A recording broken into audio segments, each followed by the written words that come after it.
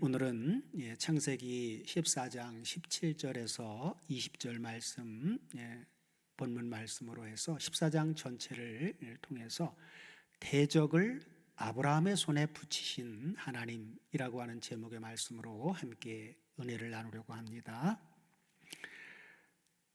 창세기 오늘 본문 14장에는 성경 최초로 등장하는 전쟁 기사가 나오는데 네 왕과 다섯 왕이 싸우는 내용입니다. 아브라함이 이 전쟁에 개입하게 된 것은 아브라함을 떠나 소돔으로 내려갔던 조카 롯이 전쟁의 상황에서 바로 포로로 잡혀가고 재물까지 약탈되었기 때문입니다. 이 점에서 우리가 놓치지 말아야 할 점은 무엇입니까? 바로 14장의 문맥입니다. 14장의 문맥은 창세기 11장 27절에 데라의 족보는 이러하니라. 데라는 아브라함을 낳고 하신 바로 천지, 그리고 아담, 그리고 노아, 그리고 셈, 그리고 데라에서 아브라함으로 이어지는 여섯 번째 톨레도트 안에 들어있는 기사라고 하는 점입니다. 이것은 무엇을 의미합니까?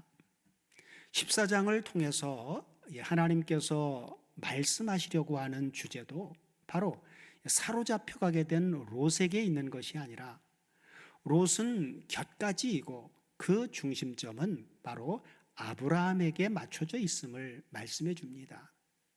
그러므로 이제 14장을 통해서 아브라함은 어떤 훈련을 받게 되는지를 함께 상고해 보겠습니다. 14장 1절에서 12절은 네 왕과 다섯 왕의 전쟁 기사인데, 14장은 어떻게 시작합니까? 14장 1절을 다 같이 보시면 당시에 하고 시작합니다. 여기서 당시에란 아브라함을 떠난 롯은 창세기 13장 12절을 보면 그 장막을 옮겨 소돔까지 이르렀더라 한 소돔에 살고 있을 때이고, 롯을 떠나보낸 아브라함은 13장 8절을 보면 그 장막을 옮겨 헤브론에 있는 마므레 상수리 수풀에 이르러 거하며 거기서 여호와를 위하여 단을 쌓았더라 한 바로 그 당시를 말씀해 주고 있습니다. 그리고 좀 더 넓은 문맥으로 당시란 창세기 11장 9절을 보면 그러므로 그 이름을 바벨이라 하니 이는 여호와께서 거기서 온 땅의 언어를 혼잡케 하셨음이라. 여호와께서 거기서 그들을 온 지면에 흩으셨더라 하신 그 당시를 말씀해 주고 있습니다. 다시 말해 여자의 후손의 줄기이고 셈의 후예인 아브라함은 지금 혈혈 단신으로 유리하고 있는 그때에 바벨 성과대를 쌓다가 흩어짐을 당한 뱀의 후손들은 번성해서 왕국을 이루고 그리고 육신의 소욕에 이끌려 서로 전쟁을 하고 있을 당시라고 하는 의미입니다. 그래서 14장 1절 2절을 보시면 당시에 신할 왕 아므라벨과 엘라살 왕 아리옥과 그리고 엘람 왕 그돌라오멜과 고임 왕 디달이 2절 소돔 왕 베라와 고모라 왕 비르사와 아드마 왕 시납과 스보임 왕 세메벨과 벨라 곧 소알 왕과 싸우니라 하고 말씀합니다. 이 전쟁이 아브라함과 무슨 상관이 있단 말입니까? 그런데 성경은 이걸 기록한 목적은 바로 아브라함과 상관이 있기 때문에 그렇죠. 앞서 서론에서 잠깐 비추었듯이 바로 이 전쟁통에 누가? 아브라함의 조카 롯이 포로가 되었고 그의 모든 가사는 물론 식구들 재물까지 다 빼앗겼기 때문입니다. 이 점에서 우리가 생각하게 되는 것은, 자, 세상에 깊이 빠져들어갔던 롯은 전쟁에 휘말려 버렸어요. 그렇죠? 그러나 헤브론에 거하여 거기서 여호와께 단을 쌓았더라 한 하나님과의 교제가 계속 원만하게 이루어져 갔던 아브라함에게는 전쟁이 아무런 영향을 미치지 못했다라고 하는 점입니다. 이것을 영적인 전쟁으로 이면으로 보면 바로 마귀의 포로가 되었느냐, 아니면 마귀와 관계없는 하나님과 화목한 삶을 살고 있느냐라고 적용할 수 있겠죠. 자, 이 점을 신약 성경에서는 어떻게 말씀합니까? 디모데전서 6장 6절에서 9절을 다 같이 보시면,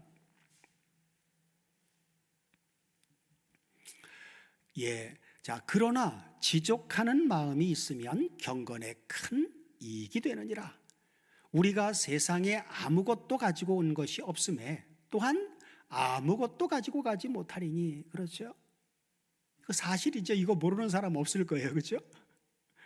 자, 그러면서 우리가 먹을 것과 입을 것이 있은즉 족한 줄로 알 것이니라 그래.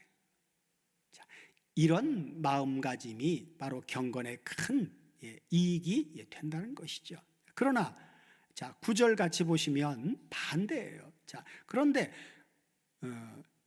지족하는 마음이 없이 부하려 하는 자들, 지금보다 더 부자가 되고 싶고, 그리고 남들보다 더 부자가 되고 싶은 이런 부하려고 하는 자들은 시험과 올무와 여러 가지 어리석고 해로운 정욕에 떨어지나니 곧 사람으로 침륜과 멸망에 빠지게 하는 것이라고 말씀하고 있지요.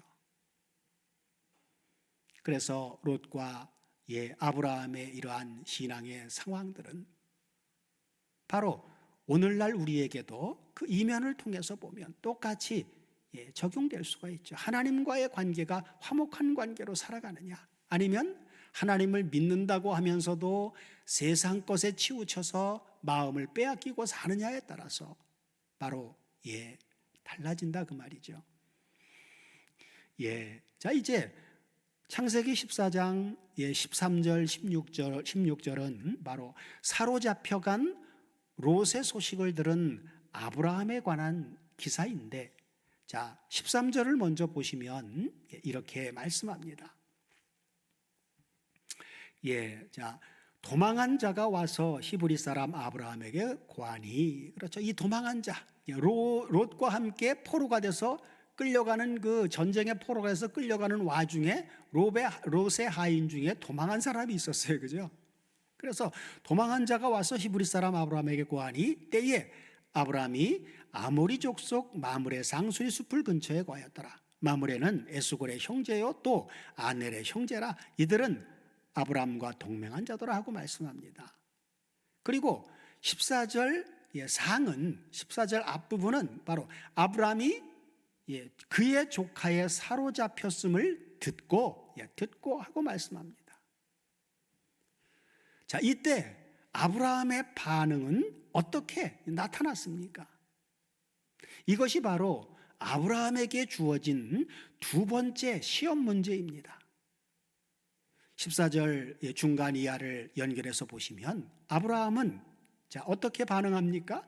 집에서 길리고 연습한 자 318인을 거느리고 단까지 단숨에 쫓아가서 그 가신은 바로 하인들이죠.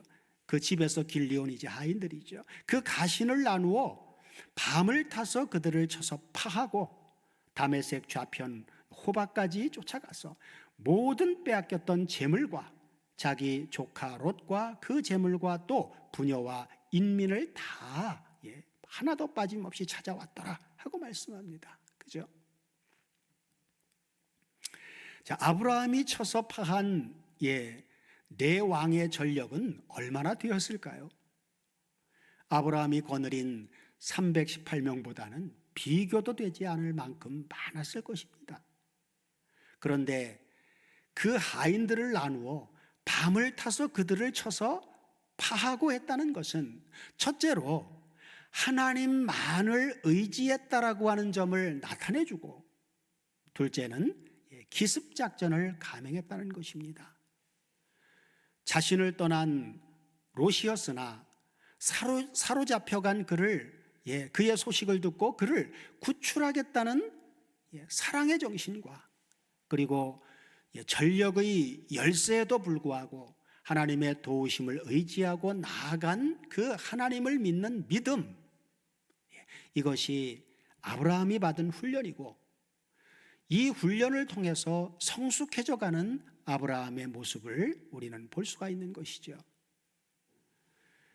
그리고 이제 14장 17절에서 24절은 아브라함이 드디어 가서 빼앗겼던 모든 것들을 찾아가지고, 롯과 함께 찾아가지고 돌아오는 그 길에 두 왕의 영접하는 그 내용에 대한 기사가 나오는데, 자, 먼저 17절 18절을 보시면, 자, 승전하고 돌아오는 아브라함은 특성이 전혀 다른 두 왕의 영접을 받게 됩니다. 자, 17절 먼저 같이 보시면, 아브라함이 그돌라오멜과 그와 함께한 왕들을 파하고 돌아올 때에 소돔 왕이 샤웨 골짜기 곧 왕국에 나와 아브라함을 영접하였고, 그래요. 그래서 소돔 왕이 와서 영접했고, 그 다음에 18절을 보시면 살렘 왕 멜기세덱이 떡과 포도주를 가지고 나왔으니 그는 지극히 높으신 하나님의 제사장이었더라 하고 말씀하죠.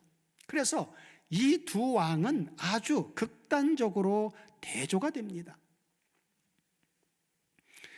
창세기 13장 13절에서 소돔 사람은 악하여 여호와 앞에 큰 죄인이었더라 하신 말씀대로, 소돔 왕은 지금 아브라함에게 나와서는 세속적인 부와 그리고 명예로 아브라함을 유혹하는 그러한 왕으로 등장합니다. 반면에 호련히 나타난 살렘 왕 멜기세덱은 누구입니까? 신약성경 히브리서 7장 1절 이하를 보시면 히브리서 기자가 이렇게 멜기세덱에 대해서 잘 설명해 주고 있는데, 다 같이 한번 보시겠습니다. 자, 이 멜기세덱은 살렘 왕이요 지극히 높으신 하나님의 제사장이라 여러 임금을 쳐서 죽이고 돌아오는 아브라함을 만나 아브라함에게 복을 빈 자라 하고 말씀하면서, 자, 아브라함이 일체 10분의 1을 그에게 나눠주니라. 그 이름을 번역한즉 첫째 의의 왕이요 또 살렘 왕이니 곧 평강의 왕이요.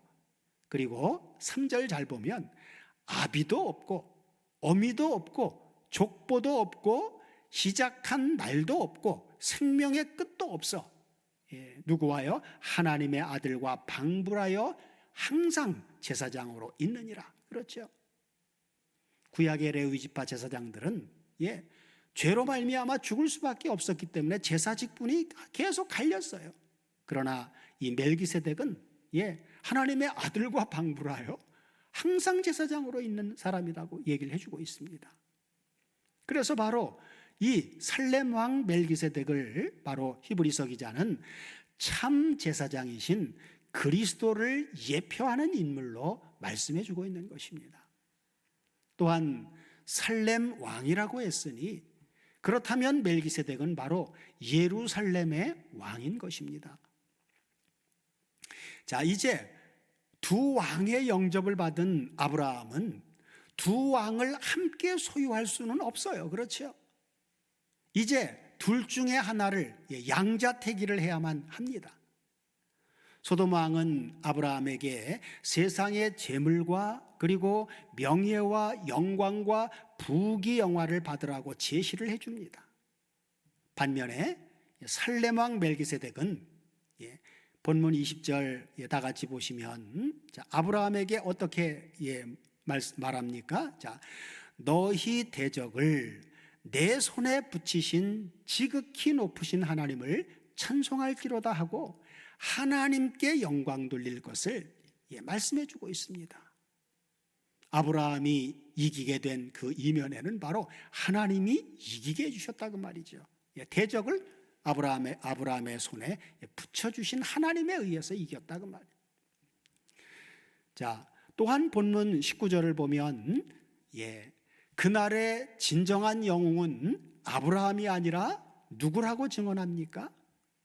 자, 19절 다 같이 보시면, 자, 멜기세덱이 아브라함에게 축복하여 가로되 천지의 주제시오 지극히 높으신 하나님이요 아브라함에게 복을 주옵소서 하고는 천지의 주제시고 지극히 높으신 하나님이 바로 그날의 진정한 영웅이고 찬송을 받으실 분이라고 증언하지요.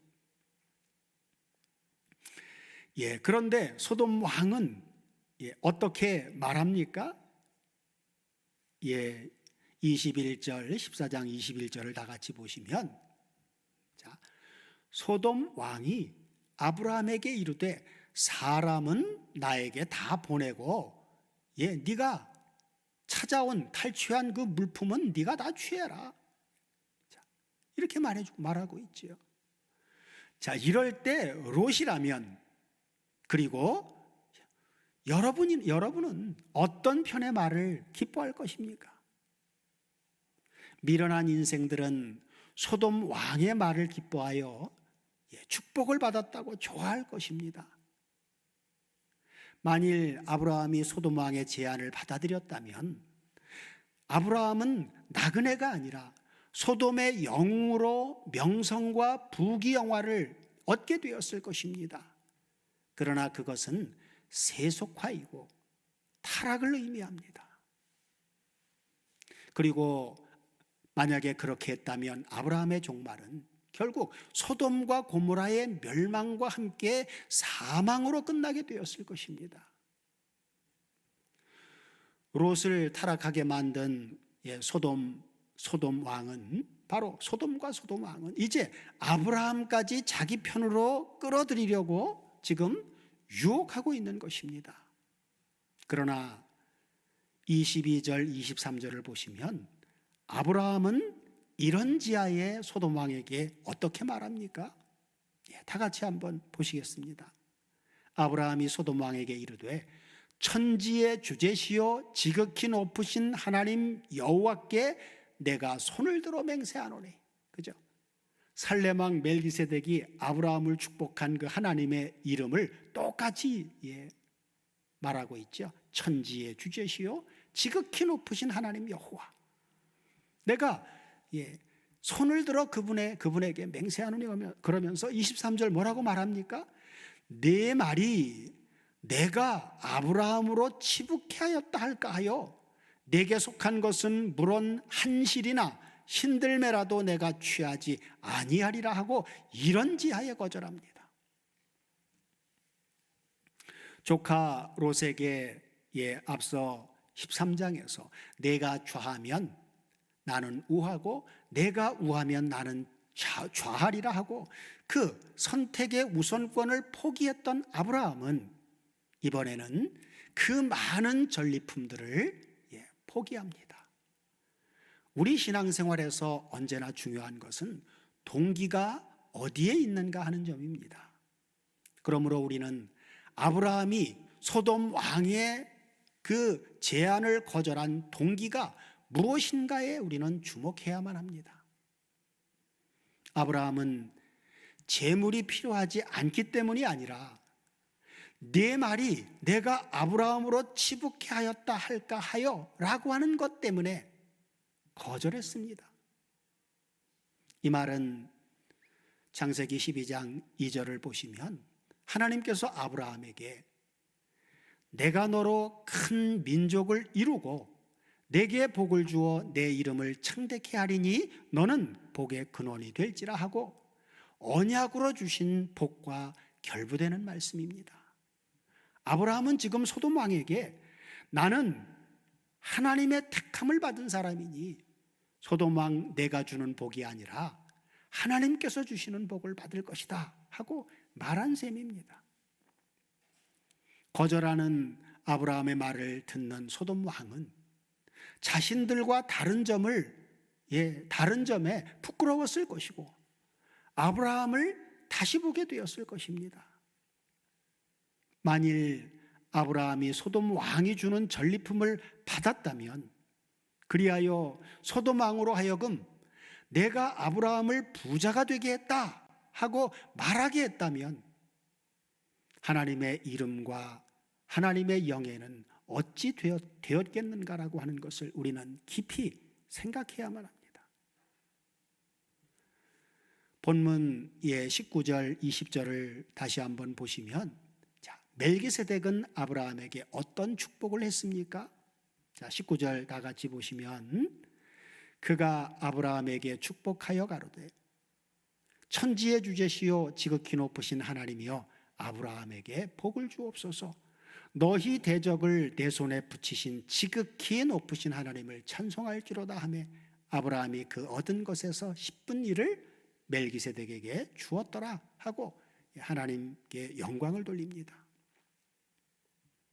그런 후에 멜기세덱은 아브라함에게 가지고 온 떡과 포도주를 줍니다. 이 떡과 포도주를 주님께서 말씀하신 성찬의 떡과 포도주의 그림자로 보면, 성찬은 바로 대적과 싸워 승리한 전사들이 받는 것이 됩니다. 오늘날 성찬을 하면서도 이런 감격이 없는 것은 선한 싸움이 없이 그 성찬을 받기 때문입니다. 축복을 받은 아브라함은 그 얻은 것에서 10분 1을 멜기세덱에게 주었더라 하고 말씀합니다. 성경에 처음으로 언급되는 11조는 바로 이런 문맥에서 주어진 것입니다. 11조는 바로 아브라함의 신앙의 고백이었던 것입니다. 그러므로 11조의 의미를 축복과 결부해서 생각하는 것은 어린아이 수준의 생각입니다. 우리가 성경적인 11조를 드린다는 것은 하나님께서 나의 주가 되시고 내 가정의 주인이 되신다고 하는 바로 주재권이 하나님께 있음을 인정하는 것입니다. 다시 말해 10분의 1을 드렸다는 것은 자신의 전부를 하나님께 드렸다는 신앙 고백인 것입니다. 우리가 11조 내지는 헌금에 관한 설교를 하면 어떤 분들은 우리 교회가 지금 재정적으로 어려운 거 아닌가 그렇게 언뜻 생각하는 경우도 있는데 그런 생각하지 마세요. 우리 교회는 하나님이 잘 보살펴 이끌어 가십니다. 설사 헌금이 재정이 어려워서 교회가 운영이 안 된다고 할 때는 하나님이 허락하시지 않으시는 거니까 접고 그렇게 얼마든지 할 수 있는 그런 의향이 있으니 여러분 헌금이라고 하는 것을 자꾸 어떤 교회 살림살이 이런 것과 연관지어서 생각하지 마시고 하나님과 우리와의 관계성 속에서 하나님께서 하라고 하신 헌금에 관한 의미를 바로 우리가 성경대로 알고 그리고 하나님의 말씀대로 순종하는 성경적인 헌금 생활을 하는 것에 여러분들은 마음 중심을 두고 헌금 생활을 해야만 됩니다. 하나님은 마음을 보십니다. 성경이 제정해 준 헌금에 대한 그러한 내용들은 하나님 나라에서 돈이 필요해서 그런 것도 아니고 하나님은 항상 이 땅에서 신앙생활하고 있는 하나님의 자녀들에게 관심을 가지고 있고 그리고 이 땅에서 신앙생활을 하는 동안 그리스도의 몸된 지체들인 지구상에 있는 교회들이 교회라고 하는 이 공동체가 그렇죠. 이 땅에서 하나님께서 허락하신 훈련의 과정들을 잘 마치면서 갈 수 있는 그러한 살림살이를 그러한 길을 원만하게 하도록 하기 위해서 바로 헌금이라고 하는 것도 기독 윤리로 성경 윤리로 제정해 주신 것입니다. 그런데 그릇된 사역자들이 이것을 교회를 크게 만들려고 하고 또 자기 이익을 취하려고 하는 욕심적인 그러한 욕심으로 자기 유익을 위해서 하나님 말씀을 오용하기 때문에 문제가 되는 것입니다. 그러나 우리는 절대로 그런 일 없으니 그런 생각 마시고 우리가 헌금에 관한 그러한 말씀을 나눌 때는 성경이 말하는 헌금에 대한 부분은 이런 것이다라고 하는 것을 말한다라고 하는 것을 거기에 여러분 마음과 생각을 두고 여러분 자신들을 하나님과의 관계성 속에서 바른 헌금 생활을 할 수 있는 그런 사람으로 그 기준을 가지고 다잡고 생활에 나갈 수 있도록 해주시기를 주님의 이름으로 부탁드립니다. 자, 끝으로 창세기 14장 23절에서 아브라함이 소돔 왕에게 뭐라고 말했다고 했어요? 이런지하에 내 말이 내가 아브라함으로 치북해 하였다 할까 하여 내게 속한 것은 물론 한 실이나 신들매라도 내가 취하지 아니하리라 하고 말한 것처럼 이렇게 오늘날도 말할 수 있는 자는 로마서 우리가 주일 오전 예배 때 계속 강해를 나눴는데 로마서 14장 8절에서 말씀하신 대로 뭐라고 말씀하셨죠? 우리가 살아도 주를 위하여 또 죽어도 주를 위하여 죽나니 그러므로 사나 죽으나 우리가 주의 것이로다 하고 바로 우리가 일상생활을 하고 먹고 마시고 또 집안 생활을 하는 이 모든 생활의 영역 가운데 있는 이 모든 우리의 삶을 물질이든 또 마음가짐이든 이 모든 것을 주관하시는 그 주재권이 바로 하나님께 있음을 바로 그렇게 고백하는 자만이 아브라함처럼 이런지하에 바로 사탄의 미혹, 악한 자들의 유혹에 의한 그러한 말에 바로 이런지하에 거절할 수 있는 그런 삶이 가능한 것입니다. 사랑하는 다솜교회 가족 여러분, 아브라함에게 바로 앞서 나눈 창세기 13장에서 애굽에 내려갔다가 그 당한 수모 그런 연단의 과정이 없었다 해도 이처럼 아브라함이 14장에 와서 성숙한 신앙의 모습을 보여줄 수 있었을까요? 그렇지 않죠. 그러니 하나님의 인도하심은 오늘날 우리를 인도하시는 것도 택하신 아브라함을 인도해 가는 것처럼 우리 신앙생활의 연단을 위해서 모든 시험의 과정을 이끌어 가시고 그 훈련의 과정을 통해서 연단되면 그 과정마다 한 단계 우리의 신앙이 하나님 보실 때 합당한 자로 성숙해가는 그런 은혜의 시간이라고 하는 것을 지나고 보면 우리는 알 수 있는 것이죠. 아브라함이 그러했듯이 우리는 세상이 제안하는 그러한 것들 그런 걸 마음에 다 내려놓고 그렇죠. 자족하는 마음 아까 디모데전서 6장 6절 이하에서 같이 보았었죠. 지족하는 마음, 자족하는 마음 그렇죠. 그것이 경건에 큰 이익이 된다 그랬어요. 세상 사람들도 다른 종교에서도 그 성경에 나와 있는 그런 것들을 다 인용해요. 빈손으로 왔다가 빈손으로 간다. 공수래 공수고 그렇죠. 다 우리도 알고 있습니다. 그런데 왜 그걸 내려놓지 못하고 계속 붙들고 그렇게 아둥바둥하면서 살아갈 수밖에 없습니까? 바로 하나님을 향한 믿음이 연약하기 때문에 그런 것이죠. 오늘 창세기 14장을 통해서 우리는 이런 경험, 바로 롯이 잡혀가 소돔 네 왕과 5 왕의 싸움에 의해서 전쟁의 포로가 되었던 그런 경험들, 세속화시키려고 하는 그러한 사탄의 계략들, 그런 계략에 넘어갔던 롯에게는 바로 오늘 창세기 14장은 소돔을 떠나라고 하는 하나의 경종이었음을 우리는 명심해야만 합니다. 그런데 롯은 어땠습니까?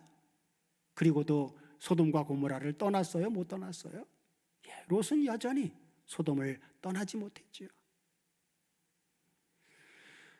적은 수로 내 왕의 큰 무리를 물리치고 승리하게 하신 이것이 아브라함이 바로 두 번째 맛보게 된 하나님의 선하심이고 의의 말씀에 대한 경험이었습니다.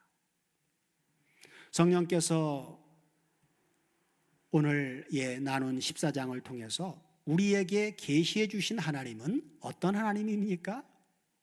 살렘 왕 멜기세덱을 통해서 말했고, 또 아브라함이 소돔 왕에게 당당히 말했던 천지의 주제시고 지극히 높으신 하나님, 바로 우리를 해하려고 하는 대적을 우리의 손에 붙이시는 찬송을 받으실 하나님이십니다. 영광을 받으셔야 할 분은 오직 하나님 우리 아버지십니다. 할렐루야, 할렐루야죠. 이제후로는 우리 모두로 천지의 주제시고 지극히 높으신 하나님, 우리를 해하려는 대적을 우리 손에 붙이시는 찬송받으실 하나님을 마음껏 찬송하는 복된 삶을 날마다 살아갈 수 있도록 해주시기를 우리 주 그리스도 예수의 이름으로 축원드립니다.